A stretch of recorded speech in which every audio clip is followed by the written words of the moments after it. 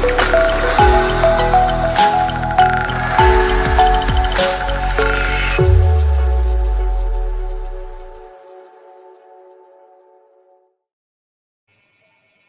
battle of information continues in Zimbabwe as ZANU-PF is trying by all means to thwart the information, to block all the channels of communication so that they continue to be above board in terms of siphoning information, stifling information, and making sure that their propaganda is the one that takes precedence in the country.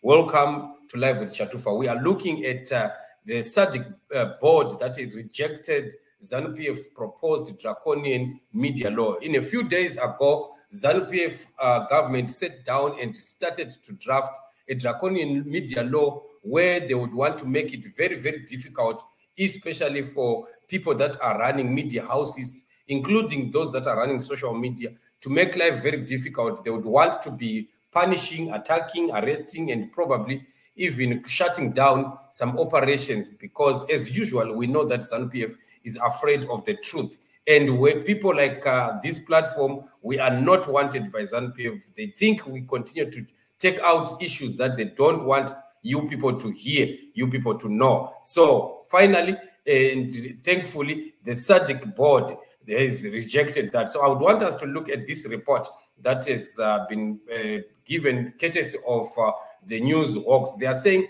the Southern African Editors Forum, SAEF, which represents editors in the region, has rejected the Zimbabwean government proposal to come up with a new regulatory board for media controlled by the country's information minister, Jeffan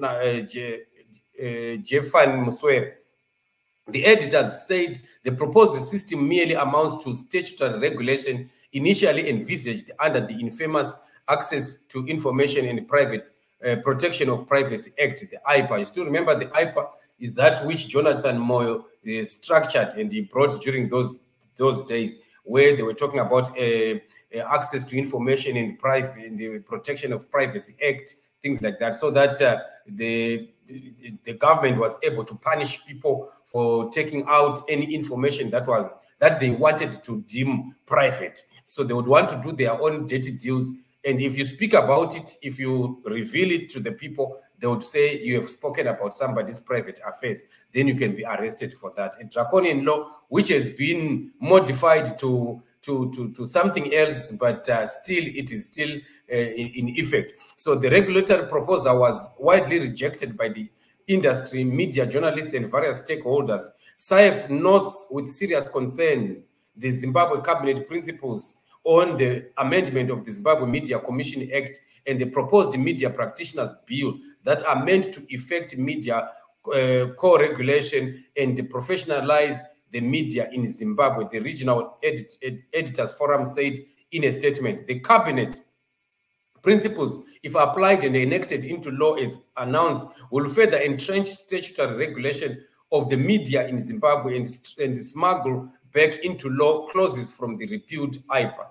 SAEF implores the Zimbabwean government to reconsider the proposed position in order to enhance press freedom in the country and to ensure that the agreed core regulation principles by government and the media sector is properly implemented. Under the recent announced cabinet principles, government indicated that it would set up a statutory media council of Zimbabwe to regulate media conduct. The cabinet principles are in direct contrast to the Media Alliance of Zimbabwe and the Zimbabwe National Editors Forum, a position on co-regulation captured through a Mars statement released on 24 April 2024, and a later statement released by the Alliance in response to the cabinet principles. Government has announced that cabinet has approved more principles to amend the Zimbabwe Media Commission Act, Chapter 1035, as presented by the Minister of Information, Publicity and Broadcasting Services.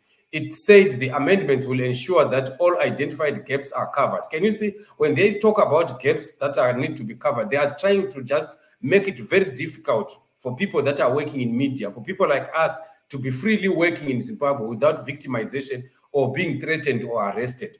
So according to the government, changes will also standardized training in journalism and mass communication, entrenching professionalism. Furthermore, the definition of media practitioner under the current environment will be expanded. Can you see that they would want now to start to say everyone who has to be disseminating information must be having some kind of professional journalism training, and we would wonder where that course would come from. As we know, ZANU-PF will be surprised that they can say that course or that certificate is obtained from the Chitepo School of Ideology. With ZANU-PF, all things are possible.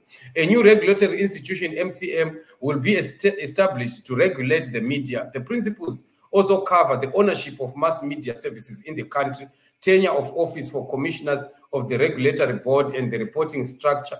The foreign ownership of mass media services in Zimbabwe will be limited purportedly to promote local content, local business, and employment. Can you see that they don't want anybody who is outside Zimbabwe or who is not Zimbabwe to own any media services in Zimbabwe? Why? Because they cannot victimize the directors of that kind of entity when the directors probably are outside the country. They would want everyone to be in the locality so that if they want to come and victimize you, they can come and just catch you when you are right on your position. The constitution now, Zimbabwe Media Commission members will serve for a 5-year term, which is renewable once. Government claimed media representative organizations, journalists, and stakeholders support the initiative. Media associations and other stakeholders have rejected the official. They agree with the new regulation system proposal. You see, they are lying that everyone is in support. As always, nowadays we are hearing that some other media mouthpieces of ZANU-PF are coming out to say people are excited about the ZIG. Zimbabweans are clapping hands from MNANGAGWA for taking out or for introducing the ZIG. Yet it's a big propaganda, it's just lies.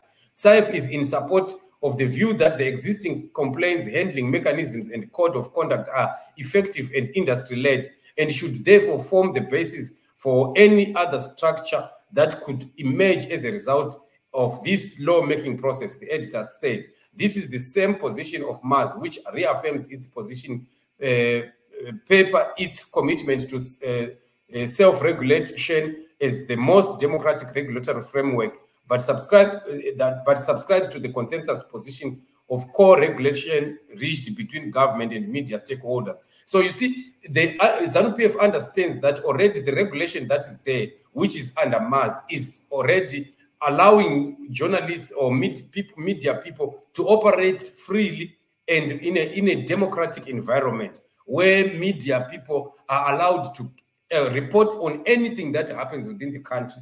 And the victimization is not there. And also there are principles that will protect everyone who works in media as according to MAS, because MAS will be also, regulated under the protocols of SAEF.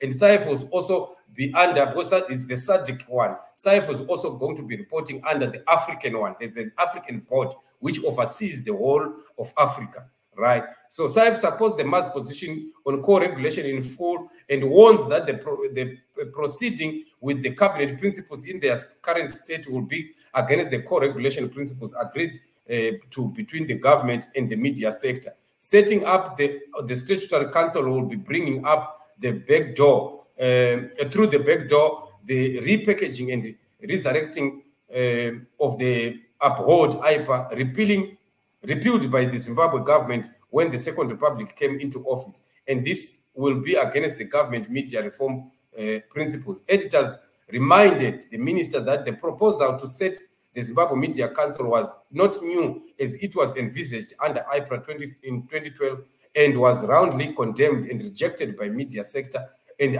ultimately it never saw the light of day. It would be a tragedy for the government to seek to revive IPRA through resuscitating this ghost from the previous law. So MNANGAGWA is trying to just bring IPRA through the back door by bringing in some kind of a statutory instrument or some kind of a law that looks like it is coming independent, standing on its own, and yet it is targeting the people that are in the media. So I'm not going to be reading the whole of the report, but in a nutshell, this is what they are trying to do. This is what ZANU-PF is trying to do, but already we can see that there's resistance all over. The other board members of the board, interested individuals, and also other associations, they are rebuking the ZANU-PF government for what they want to do. So the idea is about controlling information. They want to control information. We have been talking about the issue of Starlink and why ZANU-PF is refusing to have Starlink come into the country. They don't want data to be easily accessible, available, and even cheaper to allow every Zimbabwean to access to internet, access to be online. But ZANU-PF government wants people to remain deep in the sticks, in the stone age, and people who are not informed are people that are easy to manipulate. And that is exactly what MNANGAGWA wants to do. But is it not going to work? It's not going to work. We need a free Zimbabwe, free media, free practitioners of their professions, working without victimization, without any interference from government. So this family is what we were looking at as we continue to be giving you updates throughout the day, and we'll be meeting in the evening as we discuss our major topics that we'll be having today. So thank you so much for joining me on the show, and always